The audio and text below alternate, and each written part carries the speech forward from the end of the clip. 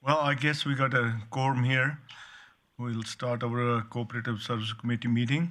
5, 4, 3, 2, 1. And today's agenda is no delegations. Oh, sorry. We are in there. Myself, Kevin O'Toole is absent today, and Eunice Felician, and Mayor Jackie Clayton. So we start the meeting right now, and no delegation, the reports. I'll ask Director Service Area report from Arlene. Go ahead. Thank you, Chairman Haas. So for the Director Services area update for today, in assessment, assessors have wrapped up summer re-inspections. 5,461 properties were looked at by our assessors. These re-inspections are initiated by the assessment department, and their goal is to complete all re-inspections over a 5-year period. In taxation, the taxation team is wrapping up tax time today. Any payments made after today will be subject to a penalty. In finance, corporate leadership team has finished the budget review, and later on in this meeting, Danielle Whiteway, our CFO, will be presenting the update with Candace. In procurement, procurement is currently working with departments to complete all the planned procurements for 2021. They're also preparing an education handbook for staff and bidders with a proposed release later in Q3.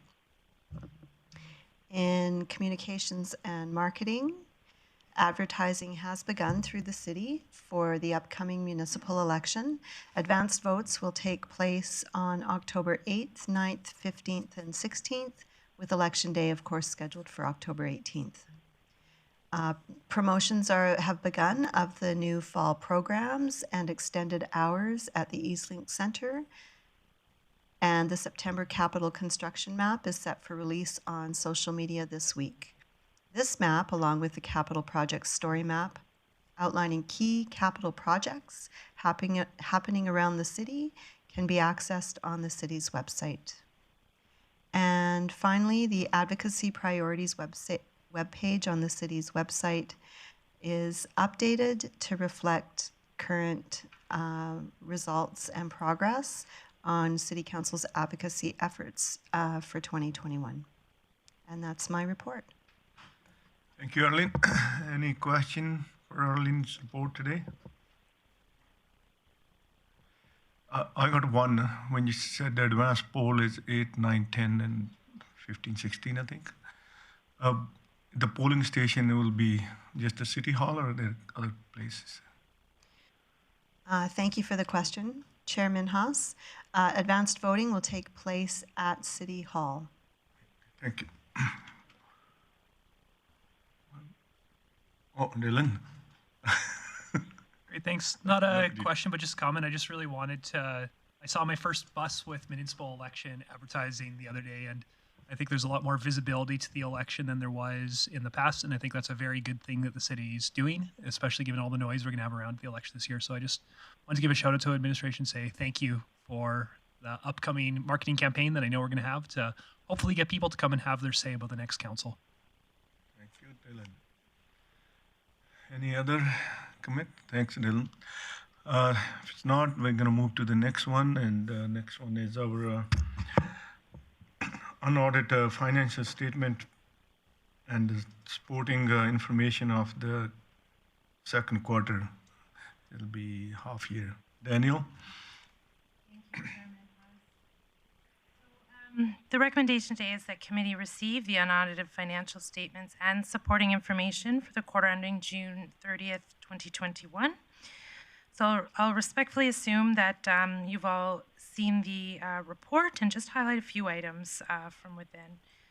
So when we look at our statement of financial position, this is in Appendix 1, page 3. General accounts receivable is higher than this time last year. This is due to our additional stimulus federal funding allocation that we've not yet received. Taxes and grants in lieu of taxes balance reflects that extension of the August 31st deadline for property tax payments. And this balance is slightly up from the prior year, with more of our taxpayers joining the TIPS program. Our portfolio investments have remained relatively stable with the prior year. However, after the August deadline, administration will determine an appropriate investment strategy to maximize earnings on our cash balances. Long-term debt does continue to decline with regular payments on balances owing. Planned borrowings related to the 2021 capital plan will occur later in the fiscal year. As of June 30th, the city is well within the legal debt limit required by the MGA. Our net asset position has significantly increased when compared to the year end, and this is a result of assets increasing more than liabilities. So when we look at our statement of operations, it is showing that revenue collected is up slightly when compared with the same period of last year. And the annual surplus is also up slightly, but will reduce significantly over the remaining 2 quarters of the year as expenditures occur on even basis over the remaining part of the year. Revenue is largely recognized in June with the property tax levy. So next we have our operating variances in Appendix 1. This is page 5. So operating variances are the differences between the approved budget and actual financial results. So for the quarter ending June 30th, 2021, the city is anticipating a surplus by December 31st of $3.1 million. This equates to 1.75% of the total city's operating budget. As the budget is created based on normal operations, but the city has not been able to operate all year under normal conditions, it has caused and could continue to cause some variances from budget. So the full breakdown by program is on page 5 of the report. Within that $3.1 million projection are salary savings. This was from layoffs, reduced hours, redeployments, delayed hiring, turnover, and vacancies. These forecasted salary savings are being reduced by some lost revenues throughout many areas, which creates the $3.1 million surplus. The net change in reserves is a decrease of $14 million from the year end, and this is, of course, just with the fiscal year beginning and required net funding to the capital operating plans. The ending reserve balance at June 30th is $89.3 million. The city undergoes many capital projects, and many of those are grant funded. At June 30th, there's $108 million in active capital projects, and approximately $50 million of these are funded from grants, with the remainder from capital tax or reserves. As the federal and provincial government have provided additional one-time capital funding to help stimulate the economy, this is much higher than a normal year. Looking at procurement activity this last quarter, 11 tenders were awarded over the $250,000 threshold. This was for road rehab and overlay, traffic signal work, construction and repair, gravel trucks, and design work. Also look at staff complement. That's on page 12 of Appendix 1. And at June 30th, 2021, the city employed 810 staff in either permanent or temporary roles. This is compared to 781 at this time last year and 868 in 2019. So some permanent changes that have been made will keep those numbers below what we have seen in past years. And please note this does not include any casual staff employed at the city. So to summarize, the forecasted operating surplus as of June 30th is $3.1 million, which is an approximate variance of 1.75% of the operating budget. This current forecast considers current ease of restrictions and that continuing until the end of the year. Changes to these assumptions could, of course, impact projected variances. Thank you. Thank you very much, Daniel, for updating for the budget. And any question? Wait. Thanks, Chairman. Yes, I heard so many T's over here. This is my favorite report, but I do want to thank administration for bringing it. It's always nice to get an update quarterly. And I appreciate the comments in the variance sections as well, just to kind of get an idea. And so on that, one of my questions within the variances is in the first area, the corporate efficiencies and strategic initiatives. it's quite from what I understood of that department's overall budget, that's quite a savings over 6 months. So I'm just curious, are these vacancies going to be replaced, or was that 2 bodies that we didn't have for half the year sort of thing? And then what's the plan with replacing that, or is that the new look of the corporate services efficiency moving forward? So I'm not sure if that's for Ms. Whiteway or, yeah. I can speak to the forecast. Thank you, Chairman Haas. So when we look at that corporate efficiency strategic initiatives area, so that does include asset management, corporate efficiency, and our customer service. So those 3 are combined into that area. So vacancies would include some optimization between customer service representative, acting kind of in a capacity in both efficiency and customer service. And yes, there are some existing vacancies.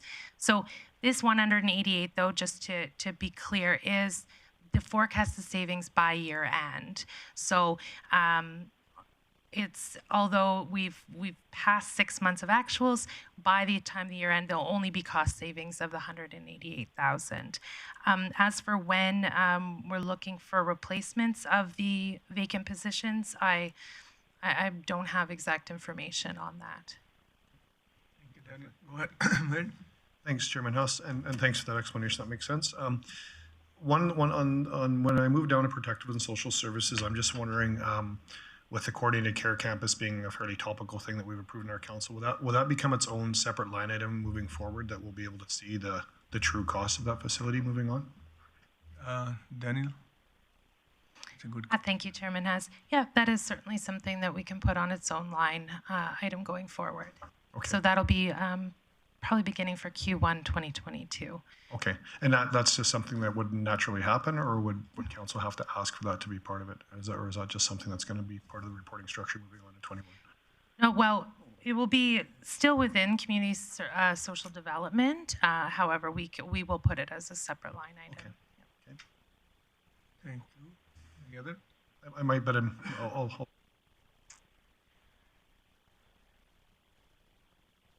No other question? So can get a motion on this? Or wait? Eunice? Motion? So I will move that we accept the report as presented. Statements for the information quarterly. Motion is on the table. Any question? If it's not, then call the vote, please. Oh, this time is working.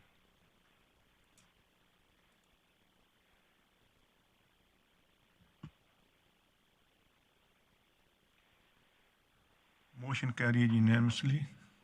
And next one is, here again, Daniel, for the budget update, verbal.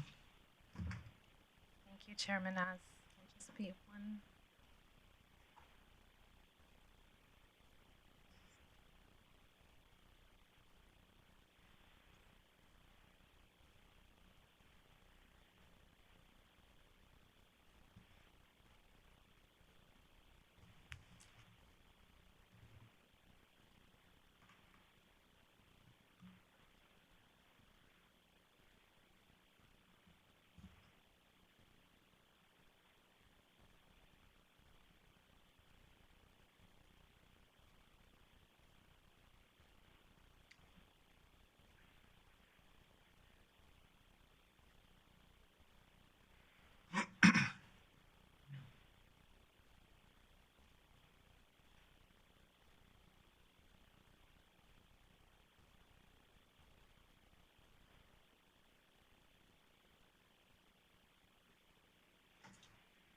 Okay. So good afternoon. So my intent today is to update committee on the status of the plans for December's budget deliberations, for administration's approach on both the operating and capital budgets for 2022 to 2025, highlight the change the city will see next year in provincial municipal sustainability infrastructure funding, so that's our MSI funding, and confirm some important dates for the fall. Additionally, we've made public engagement a key part of our annual budget process, so Candace Bilodeau will provide an update on the status of engagement done to date and highlight what is still to come.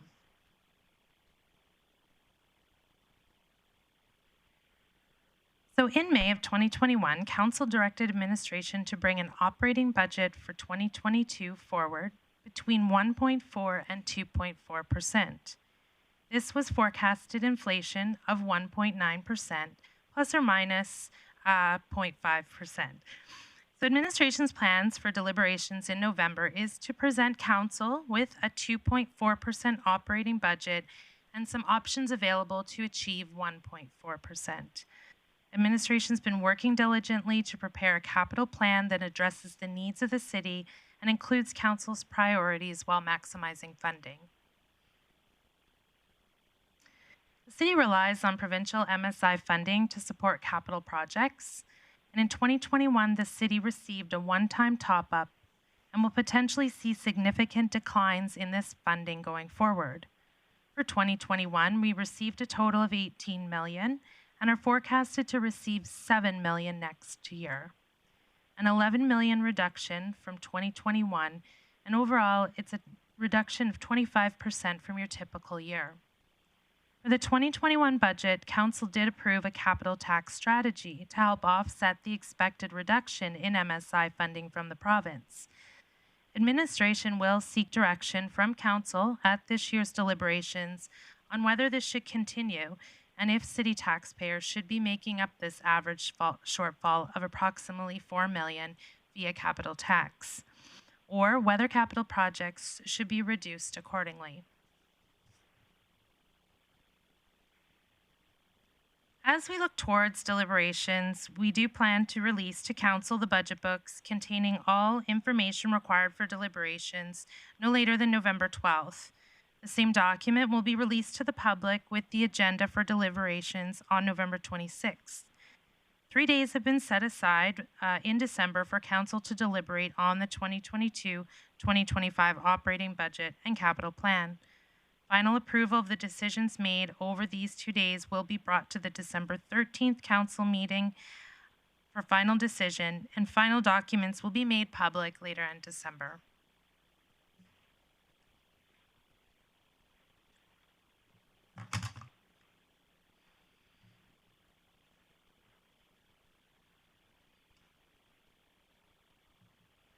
There we go.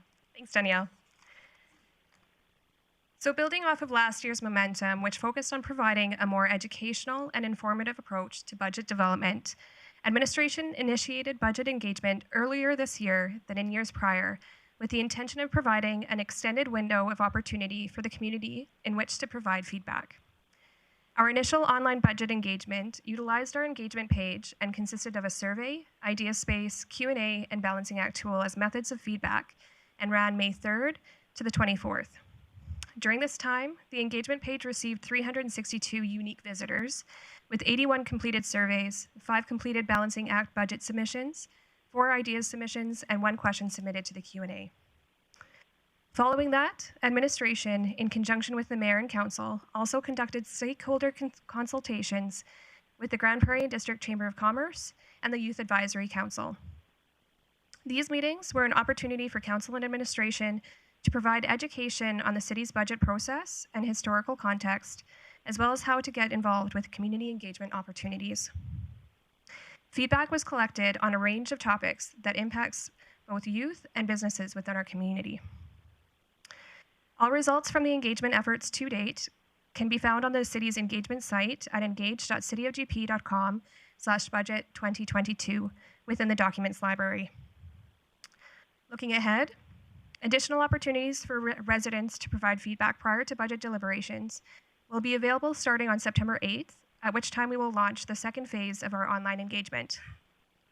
The feedback tools previously mentioned will be available once again and will run until September 29th. These will be accessible via our online engagement platform. In addition to the upcoming online component, in-person public engagement sessions are being planned for September 22nd and 23rd, providing the public an opportunity to learn more about various city departments and provide valuable feedback on a variety of topics.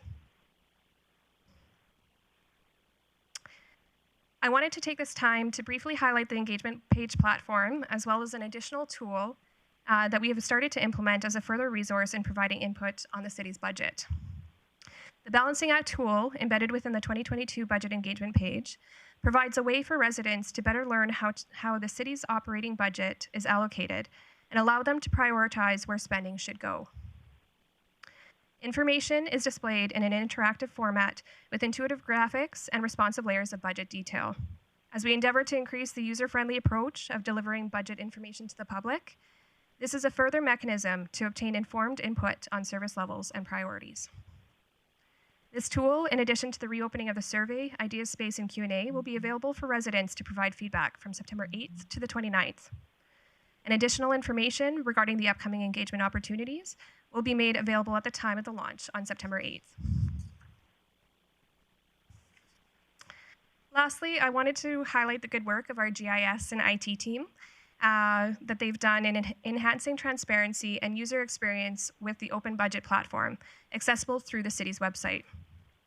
This resource is available year-round and showcases up-to-the-minute financial data pulled from our financial systems and provides additional means for residents to understand and explore the city's budget, while enhancing our organization's transparency by conveying data in easy-to-understand interactive visual tables and graphs.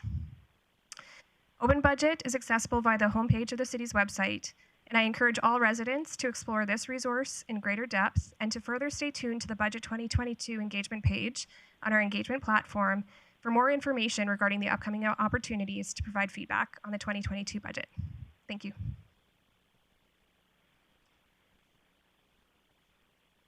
Dylan?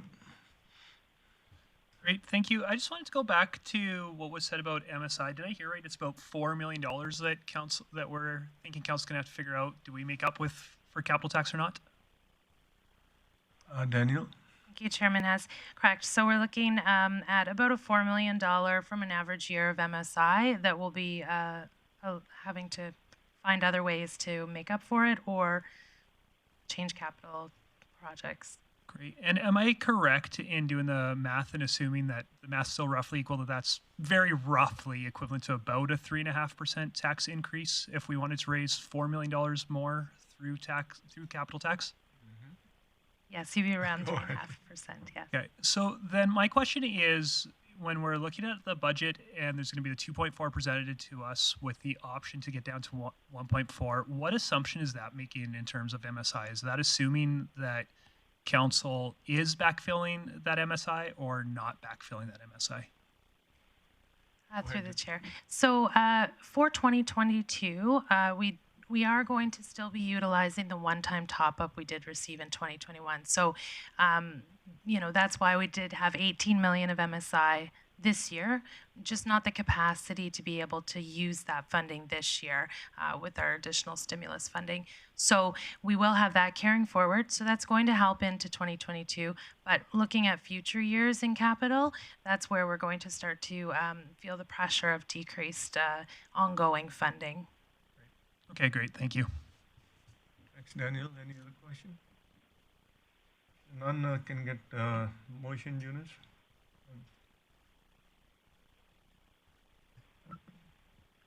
So I will move that we accept the verbal budget update as presented. Thank you. Motion table, can we go for the vote? Table.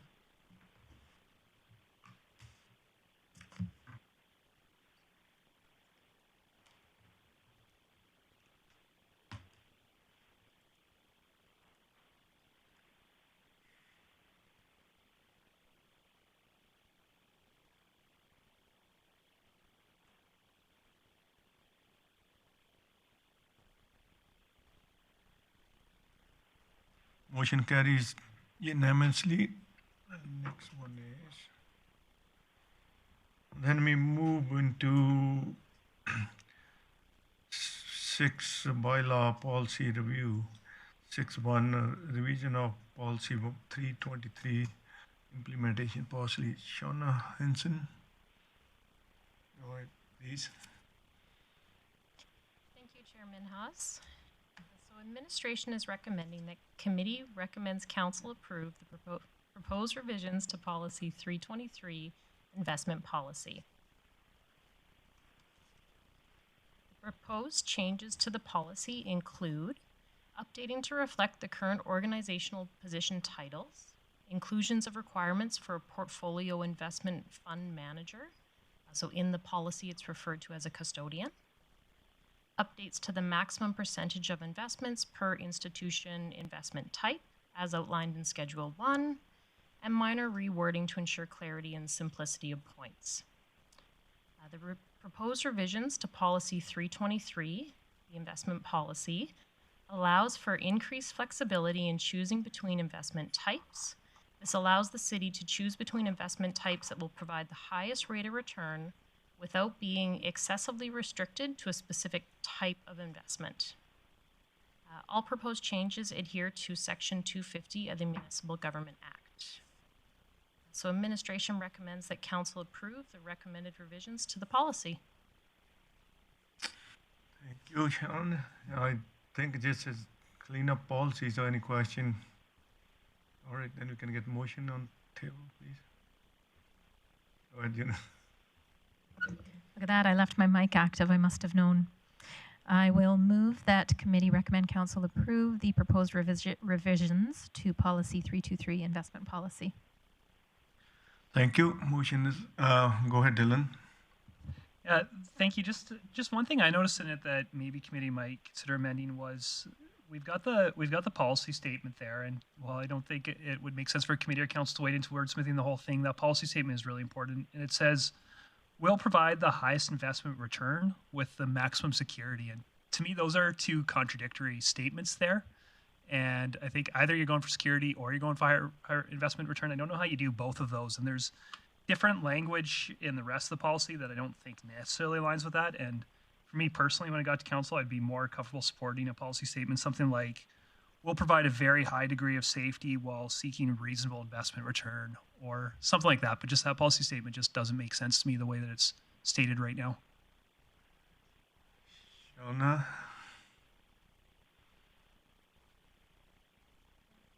Thank you, Chairman Haas. So administration could take the policy statement back and come back with a recommendation that's more in line if council wants to make a motion towards that. The policy statement as it is right now, where it comments on providing the highest investment return with the maximum security. So we are looking for the maximum security for our investment. We want to ensure that our principal does not get eroded as an investment. So that is our primary concern. And then on top of that, we choose between investments that can protect our principal, will then give us the highest rate of return. Go ahead, Dylan. No, and I appreciate you explaining it like that, because that's not contradictory when you explain it like that, but that's sure not how I read it when I first read it. So I think it might be worth council fixing that to make it clear that what administration means is what is actually intended there. Okay, thank you. Eunice? So I'm not sure if I can actually suggest an amendment. I've just put the motion on the table. But I think there's maybe a very simple fix to this that might say in a manner that provides balance of the highest investment return with the maximum security. That works? Okay. You're happy with it? All right, thanks, Dylan. So motion is on table now, and we can, if any other question. I don't see none. Let's call the vote.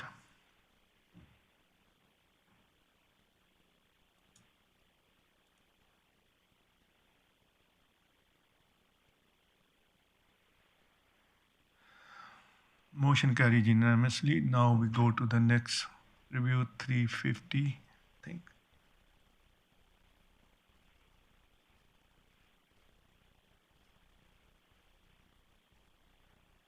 Thank you, Chairman Haas. So administration is recommending that committee recommends council approve the proposed revisions to policy 350, fiscal sustainability model, long-term debt management. The City of Grande Prairie's objective in borrowing funds is to respond to the infrastructure needs of its residents while ensuring that debt is managed prudently in order to maintain long-term fiscal sustainability of the municipality. proposed changes include a further breakdown of maximum repayment terms based on types of capital projects, change in debt servicing limit calculation, updated policy statement, and minor wording changes. So the proposed changes to the maximum repayment terms provide further clarification on the length of borrowing that would be appropriate for various types of capital projects. And this does align with our current borrowing practices. The proposed change in the calculation of the maximum debt servicing limit is to transition towards a measure that reflects the funding source of the repayments. So debt servicing repayments are funded through the tax levy, so this is a more appropriate factor to include in the calculation when we're determining our debt service limit. So administration recommends that council approve the recommended revisions to policy 350.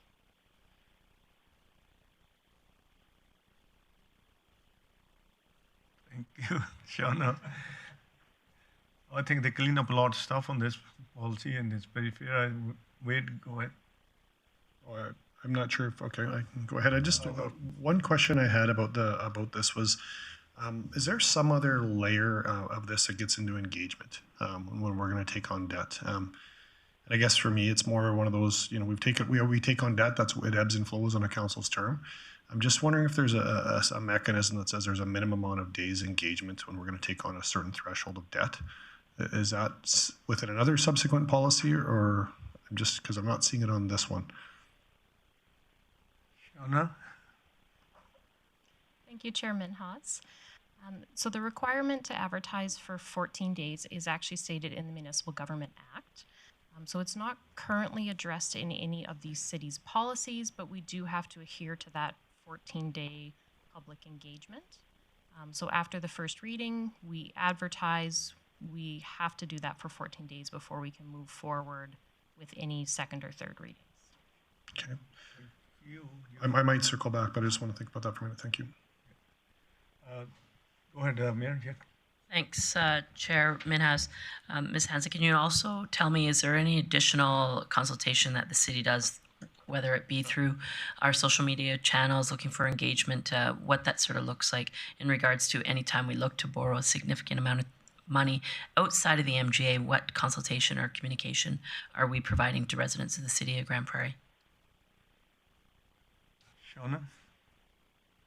Thank you, Chairman Haas. So depending on the type of borrowing that we're looking at, if it's included as part of our capital plan, it comes forward at budget deliberations. So at that point, council approves us to use that type of funding source. There's always opportunities as we are moving towards the actual bylaw for the borrowing for our communications team at the city to push that out through social media so that residents have a chance to come forward and ask questions about what we're borrowing for. So a recent example would be the Coordinated Care Campus. We did have some public engagement leading up to the borrowing bylaw being addressed. So we do try to really inform citizens when these sort of bylaws are being passed. Good. All right, Wade, get going.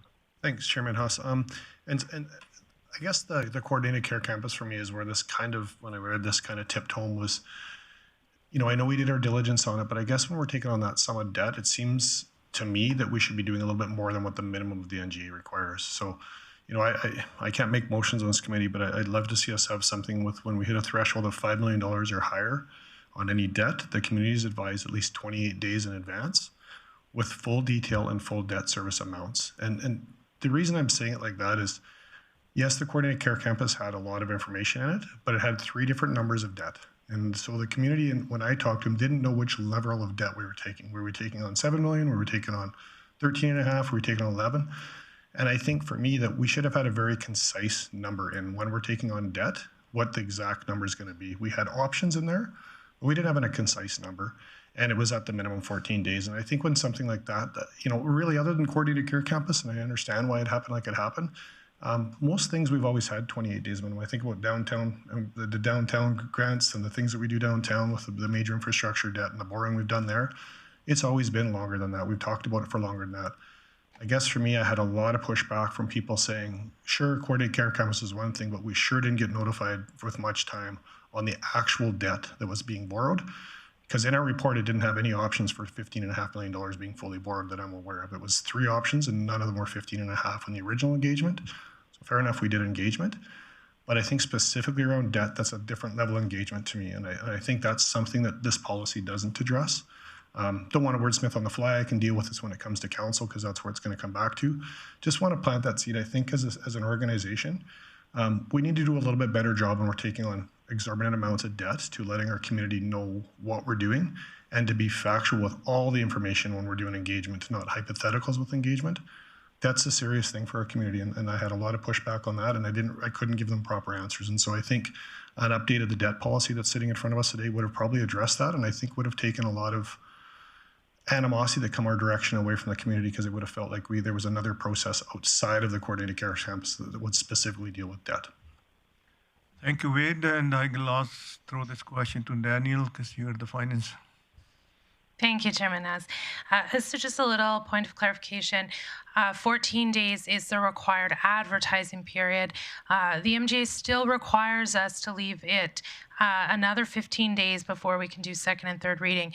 So that's where we get a full month for anybody to be able to petition that borrowing. And again, upon first reading, we always do confirm the exact amount that will be borrowed in the draft bylaw of the dollar amount that we're borrowing. So with the community care campus, that was $15.5 million from all throughout the advertising period for the 14 days plus the subsequent 15 days, making it a total of 29 days before it goes to second and third reading. So I just want to make that point of clarification. Thank you, Daniel. And then now, Dylan. Great, thank you. I appreciate the conversation. Councilor Palat, if you're bringing forward policies for public engagement and communicating, you're going to have a strong ally in me because that is something I really value. That being said, I think it's important that as we're having this conversation, we're not actually focusing on the borrowing bylaw themselves, but the decisions that lead to the borrowing bylaw. Because borrowing bylaws aren't really decision points. If you recall, one of the first, when those of us that are rookie councillors, when we assumed office, there were already contracts signed and significant construction already done on the outdoor pool and the grandstands. And we had to pass the borrowing bylaw because even though we were already committed to that decision. And so the coordinated care campus was a similar one where the decision was made, we signed a contract, we had no matter what, we were purchasing a hotel, but then we had to pass the borrowing bylaw. And it's usually borrowing bylaws really are just the administrative thing that we need to do to implement something that's already been approved by council. And quite often, especially if I think every borrowing bylaw I can think of, there's already a contract signed by the time we're considering that. So really borrowing bylaws aren't, are we spending this money or not? It's, are we spending this money through debt or are we doing it by liquidating reserves? And really liquidating reserves usually isn't actually an option. So I'm 100% for talking about how we can better communicate and engage on decisions relating to debt. But let's just make sure that as we're doing that, that we're not just pretending that people actually have a say at the point we get to that borrowing bylaw, because usually the decision's already made then. Let's make sure that we're building an engagement well before the decision is actually made. So love this conversation, just let's not focus on that bylaw itself in it. Thank you, Dylan. Okay, Wade. And thanks, Chairman Musk. But that's exactly my concern. Is when I read this bylaw, there doesn't talk about engagement to me. And when I looked at all the information about the coordinated care campus, there was never an option and was never constrained to the community that we were borrowing $15.5 million. There was 3 options of borrowing debt. That was never one of them. So on that level of engagement, a lot of people were quite frustrated that we all of a sudden borrowed $15.5 million. And so that's where I'm looking at is, in the future, if we're going to look at projects like that are very complex and come with challenges for us to get through the process as council, we at least have a minimum of that in our engagement policy, that we have to coordinate when we do those things. We have to engage the exact number we're going to borrow, not give 3 scenarios and then not use any of them. And that's my fear with what happened there. And right now, we don't have anything in our policy to stop that from happening again. And so, the ship sailed on that one, but for me, I think it was a learning opportunity, and seeing this come from us today, I don't think we've learned from that in that way of what the frustration of the community that we took on debt that we never actually talked about taking on to that level. And so I think for me, I'll be wordsmithing a motion before Monday when this comes to council, but I think that's something that's imperative that we start putting a little bit of extra onus on us. That's not just the minimum NGA requirement, that we're going to do above and beyond on that. And engagement is actually about debt. A lot of people are engaged about the coordinated care campus and the operation and how great it was going to be for the community, but the debt was never really constrained the same way. That there was an actual number with a business plan around the debt that we took. There was 1 day's notice basically when it comes to council on the actual debt. So I'm a little bit concerned about that moving forward. So I'll leave it with me. I just want to make a comment on it today, and I will be happy to bring some kind of wording on Monday when it comes to council. I just think it's something council should put a little bit more teeth into. Thank you, Wade. That's a good discussion. So motion is on the table. No? Oh, Eunice, you're going to put the motion? I guess I am. I will move that committee recommends council approve the proposed revisions to policy 350, being the fiscal sustainability model long-term debt management. Thank you, Eunice. There's a motion on the table, and I think we discussed enough now. Call for vote. Oh, you're pretty quick.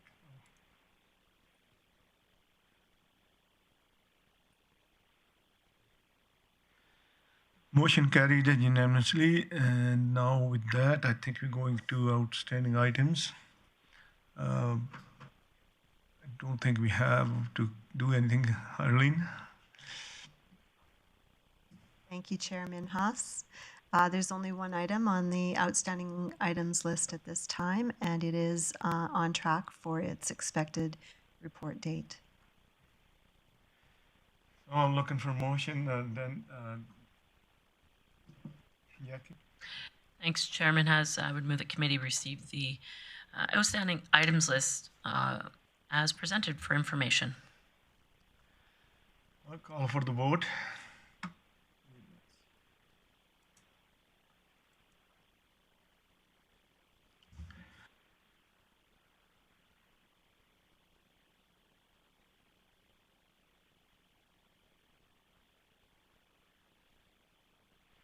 Motion carried unanimously, and with that, I think we are adjourned the meeting. And everybody should have a good day and good evening, I guess.